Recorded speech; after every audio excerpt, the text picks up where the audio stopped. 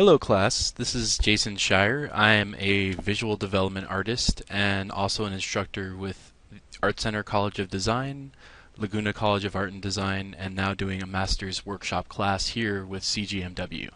I am very pleased to be here with you all and to kind of show you guys the ropes of what I do in visual development. So let's begin this class with a introduction. I'll kind of walk you guys through some of my personal artwork. This is going to be kind of a little bit more of a slideshow portion of this as an introduction. So here's the first image here. This is some of the imagery that I've displayed on my blog and also on my website. This is a piece that I call Sunshade. Just cruising through these pretty quickly, just wanted to kind of show you guys what I've done as a designer for myself in the personal time away from the work. So yeah, just quite a few things. I'm pretty sure most of you guys are relatively familiar with my work and have seen some of my things online. This is a good image to talk about actually. Composing an image like this, there's quite a few rules that I keep in mind. The first thing I always keep in mind is, what is the context that I'm trying to describe? What kind of space am I trying to convey? What kind of lighting? What kind of staging? And the interaction of the character as far as scale goes to the environment. Just moving through. Some more showing scale to the environment and juxtaposition to those things.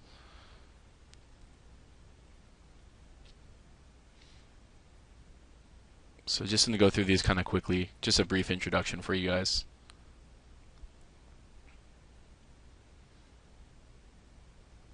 So there's quite a few things here, that I keep in mind with designing and with art in general, and the first thing I keep in mind is staging. Right here I wanted to portray a person walking into this environment and being awe-inspired, discovering something new for the first time. And this is done in a more flat graphic, animated style versus a lot of the stuff that you see from me now, which I'm doing in my personal work, where it's a lot more photographic. Because I'm utilizing my reference in my paintings and taking it through the stages. So I'll just kind of walk you through these, keep moving through. Something a little bit more Dali-ish, surreal. Just a quick sketch I did just thinking about what Avatar could have been before I even saw the film. And, thinking about big trees and fast moments with soldiers running through the jungle. A continued iteration of that. And then after I had seen the movie, my whole mind changed as far as like palette that was being utilized in the film, the type of lighting, the type of scale. And this is all about mood and evoking emotion from the viewer. Some more personal stuff, just fun explorations. A study that I did at DreamWorks, doing a digital study with my laptop on campus, understanding how light really works using the sharpen filter to pump up the contrast and really get those highlights on the water that you would see, and kind of roughing up the edges to get that crispness that you see here too. I'll walk you guys through that stuff later when we get into color. Another study that I did on campus as well. This one was a photo that I had taken in the Florida Everglades that I did as a reference study. So I had my photo on one monitor and I did the painting from another. I'll show you guys some lightbox techniques later on too, some of those setups for that. Ice caverns. Kind of taking images and cutting them in half down the central axis point to create a more interesting, longer panoramic view of an image, and we'll talk about that later on as well. And then here we are with more current work, utilizing photography. This is considered to be a matte sketch or matte concept, where I'm taking bits of images, things that I've taken myself, also reference images that are available to everybody online, but utilizing them in such a way to where they're being composed in a very unique and a very compelling way. These are some thumbnails that I did for basically a graphic novel that I'm working on, just some lighting and scale explorations.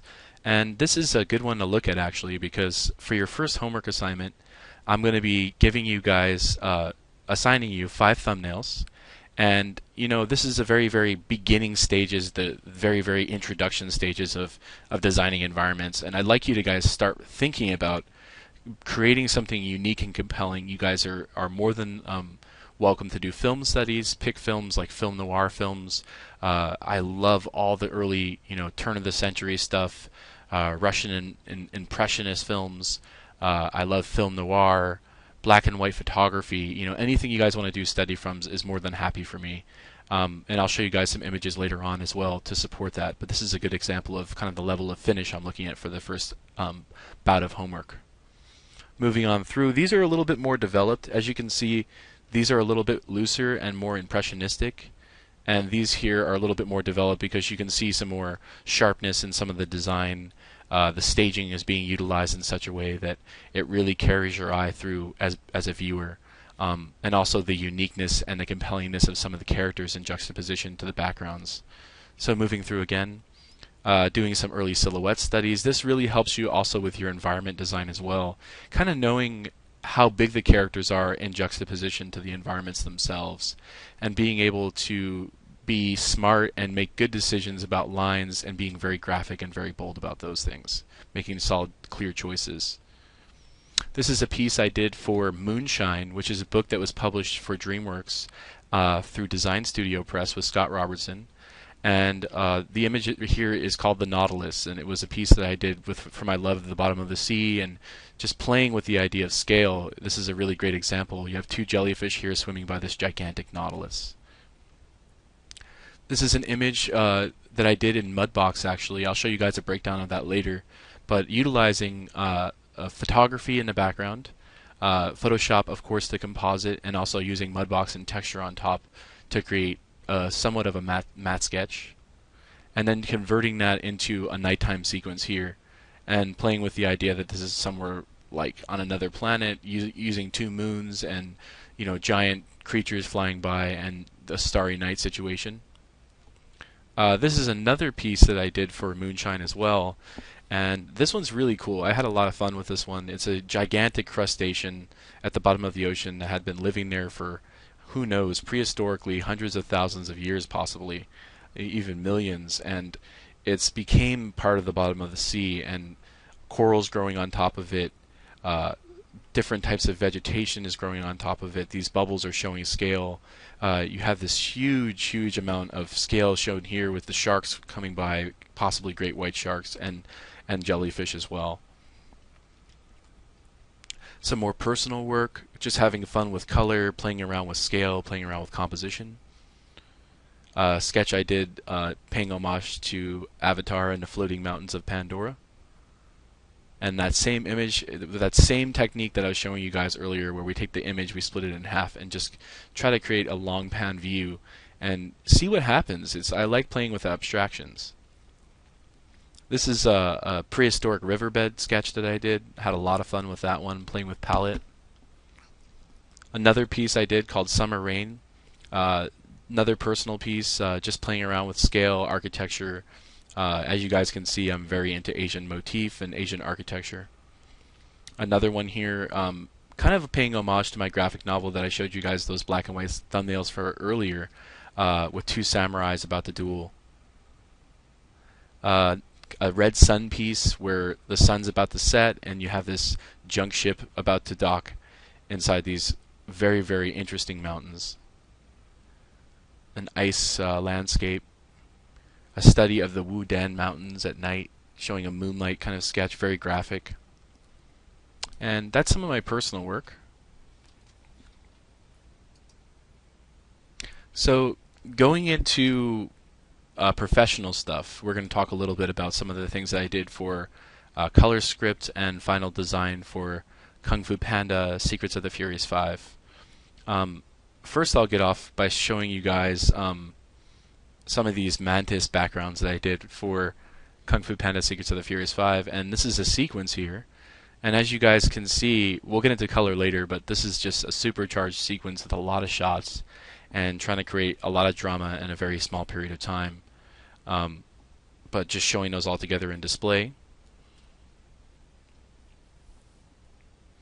Then we have a shot of mantis crossing across the water here. And this piece was done in conjunction with Lorenzo Martinez and Tang Kang Hang, who is my art director. And I really love doing this show. It was just so fun, so graphic, and such a unique sense of staging.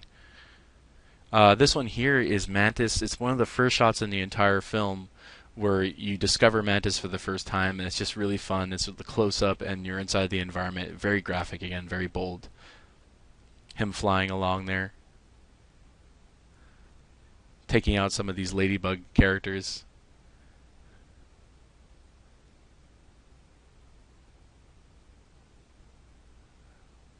So just lots of stuff. This was a master background that I did that was going to be utilized and reused in quite a few shots in the film. And sometimes you're asked to do backgrounds, especially for the 2D aspect of things, where things that need to be reused quite a bit. So you have to paint things out in high resolution detail. See, that's a close-up of the same image. Monkey. And the same thing as I showed you guys earlier with Mantis, this one here is for Tigress, and I'm just kind of mapping out the sequence, the beginning of the sequence to the very end. We'll talk all about this stuff later. Just kind of showing you guys a brief introduction of my work.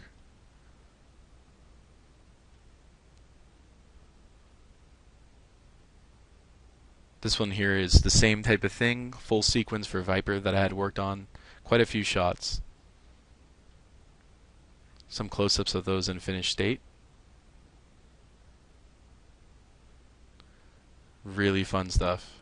Super cool amount of staging and detail.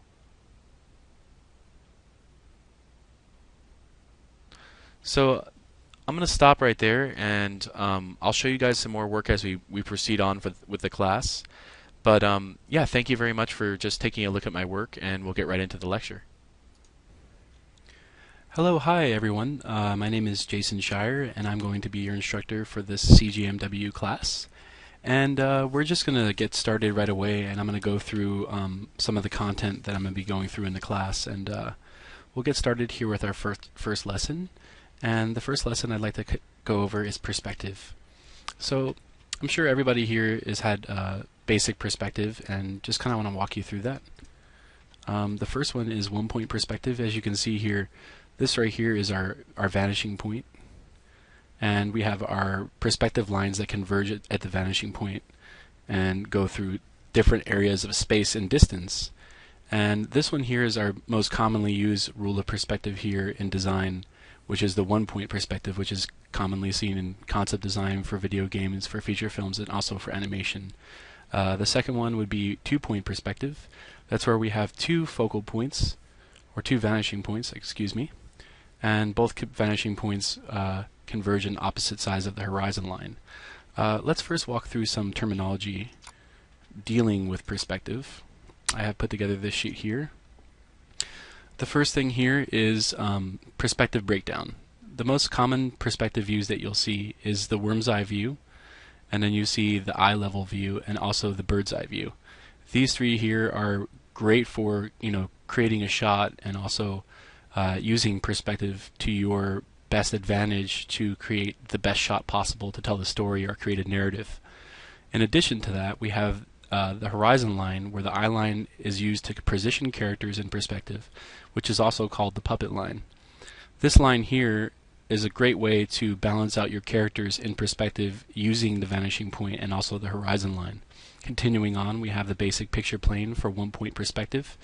As you can see right here, this is called the picture plane. This is the area all the way around the box. The horizon line, or the eye line, is where the viewer's eye is located. It is also the distance of the viewer's eye to the ground plane. In addition, that picture plane, which is a theoretical transparent plane upon which the image of an object is projected onto perspective, is drawn. The third one, being the ground line, is the meeting plane of the picture plane and the ground plane. And the fourth one being the vanishing point. This here is our vanishing point, right here where it says V. And the vanishing point of the horizon line is where parallel lines converge. Parallel lines such as the edges of a road as they recede into the distance and appear to meet, a phenomenon in which we are all familiar. The next one I'd like to discuss with you is called the station point, which is seen right here on the top-down view in an orthographic. The station point is from where the observer views the object. In addition to that, we have the cone of vision. You can see here on the top-down view, we have a cone that kind of directs our eye using the camera and a focal length to basically discuss where the subject matter is. The next one is the imaginary circle that represents the view or the object where space we may see in an undistorted manner. I'm going to walk you through these right here. The first one is the top-down orthographic view, and that's based upon the camera position. The second one is factoring height through perspective. As you can see here, we have a camera view which is set up from a top-down. The station point is here, our subject is here, and as we utilize this top-down orthographic view, we're able to draw a line straight down, create a horizon line, have these two vanishing points here, and then you have your subject which is positioned on the center part of that vanishing point. In addition to that, we have aerial views, which is the three-quarter bird's eye view, which is the most common used in concept design for video games, because a three-quarter view is a great way to describe where the subject is conveyed in dimension, in 3 dimensions. We have quite a few different views here that I'd like to discuss with you. Again, I'm going to walk you through a perspective. I kind of want to drill it into your heads. The first one, again, one-point perspective, is where the viewer is parallel to the space in front of him or her, and there's one vanishing point in which the lines and drawing originate. The second one, is the two-point perspective, where the viewer is at an angle to the building in front of him, where there are 2 vanishing points for all lines of a building, a right and a left vanishing point. The third one, which is a good example here, there would be a vanishing point over here on this side, and also a vanishing point on this side utilizing a horizon line, and there might be a theoretical vanishing point going up into the greater distance here. As you can see, this tapping on the screen will show you where our vanishing points would happen. But I just wanted to kind of give you a quick rundown on this. This should be pretty basic for you guys, but I'll go through it nonetheless. In addition, we have to talk about perspective and also utilizing perspective with shadows. The first one I'd like to discuss with you is light on the sphere. When you have a sphere, it's basically the standard round object. Light will be projected on it. So if you guys can see here, we have planes on the light and shadow of the planes. This is taken from Andrew Loomis's book, and you can see that light is being projected on these planes, which is the light, the halftone, and the shadow. So you can see here, this is the light point, this is our halftone here, and here's our shadow here on that side. So this very, very clearly describes and depicts how light is translated over the surface of shadows and planes. And also, this is just another one I just wanted to throw in here. This is utilizing inclined planes in perspective. So we have a false horizon line that's created above the actual true horizon, which is right here, that gives the depiction of an inclined plane. So those are just some quick things I wanted to run you guys through before we go into thumbnailing and talking about original shots and creating original shots. But let's just get started. So I have a quick lecture that I wanted to go through with you guys. Again, this is back to the 1-point, 2-point, and 3-point perspective. There's no better way to clearly depict all these things. The first one being 1-point perspective, the second one being 2-point, and the third one being the 3-point perspective. Again, vanishing point, converging lines or radiating lines from the center point, 2 vanishing points that radiate to a center point on a horizon line, and the third one being 3 vanishing points, click, click, and click over the subject. So let's move on. The next part of our lecture, I'd like to discuss with you this image. This image is wonderful because what it does is it very clearly depicts a 1-point perspective utilizing a single vanishing point where I'm tapping here on the screen, and you can see where all these lines very, very clearly converge to that one central axis or vanishing point. This is a great image because there's a huge use of repetition. There's stepping off in the distance, and there's a great amount of contrast that's being utilized here. So we have the contrast here that's being created by the light source coming through. We have contrast by the repetition of shapes and the highlights that are being created on these multiple points that are being converging to our vanishing point here. And we also have atmospheric diffusion, we have textural diffusion, and I'm going to be getting into all of that. But I just wanted to show you this image because it's really great. It's very key in explaining how perspective is being utilized and how it really works. We'll come back to that one in a little while. The next one here is what I'd like to call a 1-point perspective again. So we have a single point, our vanishing point here, where all the points are converging to that one central point. In addition, we have the same type of elements, except on this image is even more compelling because we have curvilinear perspective coming into play. As you can see, there's a circular shape that radiates and spirals down through the center to where that central axis point is. And then we also have the tracks here at the very bottom, and we have a great amount of detail that as time and space recedes, you can see everything becomes compressed. As our lens gets closer to the foreground, which is here, our middle ground, which is here, and our background, which is there, we have a very clear sense of how things step off into the latter. Number one, the big thing that we have to keep in mind as designers is we have to keep in mind that whatever's closest to the camera really needs to be designed. We have quite a few objects here that radiate and centralize themselves into space.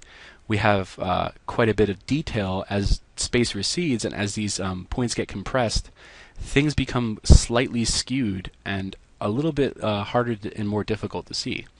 So those are just some key things that I wanted to discuss with you. Hopefully that's really helpful. Thank you. Okay, class, continuing right along, we're going to go into another image here, and it's a very similar image to the previous image, which I'll flick back to.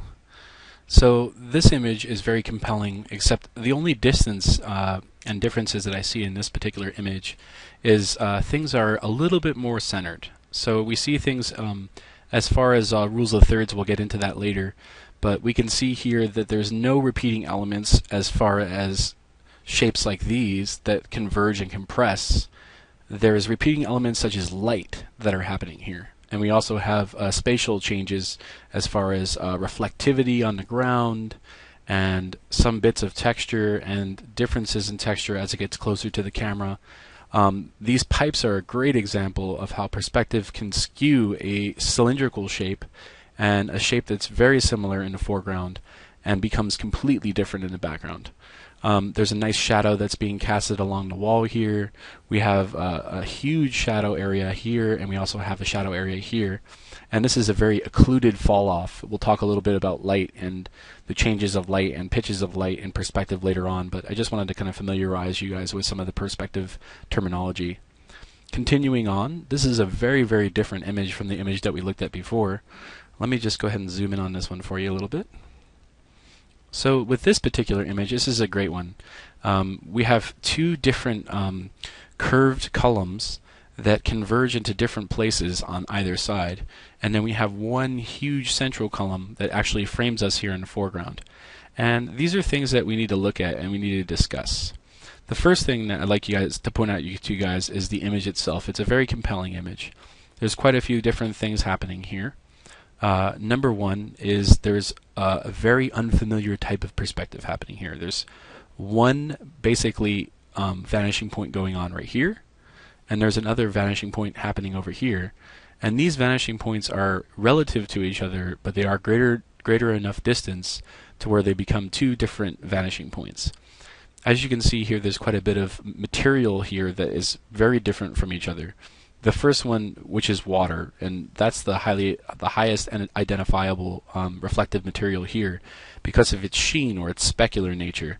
And then there's also the concrete, but the concrete actually has some type of absorption happening to it. We'll talk about reflectivity, we'll talk about specular, we'll talk about highlight ambient occlusion, and quite a few different other terminology that has to do with shadows and light and how those things pertain in later chapters. But as we begin, let's just talk about perspective. So we can see that there's probably a horizon line, and I'm thinking the horizon line is sitting about right here.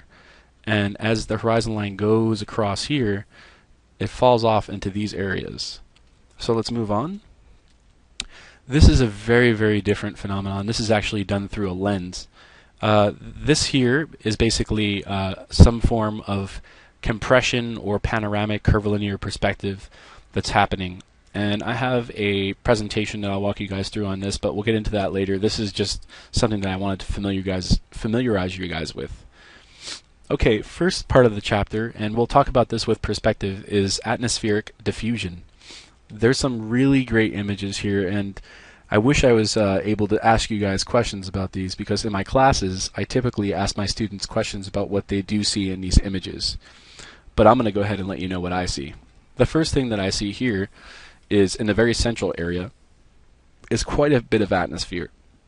And there's a ton of mood in all of these because the atmosphere is so heavy. The main one being here is very mysterious and very surreal, And there's a lot of regard for this. And the reason why I say that is because you have a very dark kind of chasm area here in the foreground. And as that steps off into the background, you can see things get recede and they get really soft. It's really hard to see what's going on behind these areas and these misty areas. And the same thing being for this image down here, where you see this area in the picture plane, you're sitting right on top of this curve, and it's not really too much of a curve, but it slightly bends in and contorts to a vanishing point and leads you out. And then you have these repetitive elements that step you off into the distance, and you have a very monochromatic kind of color scheme happening here. This one here being more in the kind of cyans, green, and yellow realms. This one here is a little bit more on the kind of like the peach sepia tone. The third one down being more in like the greenish yellow tinge, and the same one being for the bottom one. This one's a really great image, and the reason why I like this image so much is because there's some really interesting shape dynamics going on in here. In the foreground, you can very clearly see that there's a diagonal, a very, very strong diagonal, that brings you in to the image and brings you down. But there's an orientation, and we'll talk about the steelyard concept, we'll talk about asymmetrical compositions, as well as very symmetrical compositions that are utilized in film and also for shots that are trying to convey a bigger mood. But in this one in particular, you have a subject being this duck, and this duck is becoming very regal because it has an active shape behind it. As you can see, this triangular shape becomes very active. And you can see there's a triangular motif that's repeated throughout this image. The first one you can very commonly see is the tip of the head of the duck to the ground, which creates a visual triangle here. There's also a triangle here which is in the foreground that also keeps you compelled to a triangle active shape. And the diagonal leads you down into this shape here, which creates another triangle. Even though we do have this kind of piece of middle ground or background happening here, there's still very clearly a visual triangle occurring. In addition to that, there's also a triangle here that comes down, and there's also repeated triangles here. And my point being that there's repeated motifs or unified motifs in different images. This one here is quite the contrary and quite the opposite of this. This one here utilizes rectangles and squares. As you can see, there's very clearly rectangular shapes, which are the cityscape or the skyline that we're seeing here. And those shapes will repeat. And what that does is it creates stability, because we have things that are structural and very box-like that are very unique and very compelling because they have a lot of stability and a lot of strength to them, a lot of foundation. And we're going to move right up to this image, right underneath these three, the series, because there's a lot of different things happening here. There's a huge amount of repetition that's happening here. Even though this repetition occurs quite regularly in this image, there's a lot of asymmetrical terms of repetition, and these repetitions here are a triangle here in the corner, which are vignetting the image and actually framing the image here in the foreground. And as it steps off into the background, you have another visual triangle that occurs underneath. And then we have all these compelling and reoccurring shapes that kind of happen here in this one specific area. When we go up to this image right above it, you can see here that there's this really unique kind of ground plane, and it's not completely flat. You know, if you look at the image right above it, the water is definitely on more of a flat axis, and the one directly below it is bumpy, it's notchy, it's got, you know, pits and grooves, and it's got a very clear kind of rollover effect of wireframe, where these repetitive shapes kind of occur, but they're not completely repetitive, because what's happening is you have one that's very clearly larger in shape, then you have one that's more on the central axis point, and you have one on the far left of the picture plane, which is probably a medium shape. And it's a good example of big, medium, and small. And I'm going to break things down to very simple things in this. The first one being foreground, which is what you see here on the picture plane left on this first image. Then you see the middle ground, which is this particular mountain here, just past this one foreground mountain. And then you have a background. As you can see, these three planes step off into the distance. And we also have three other things that are happening: big, medium, and small. And the same thing here: big, medium, and small.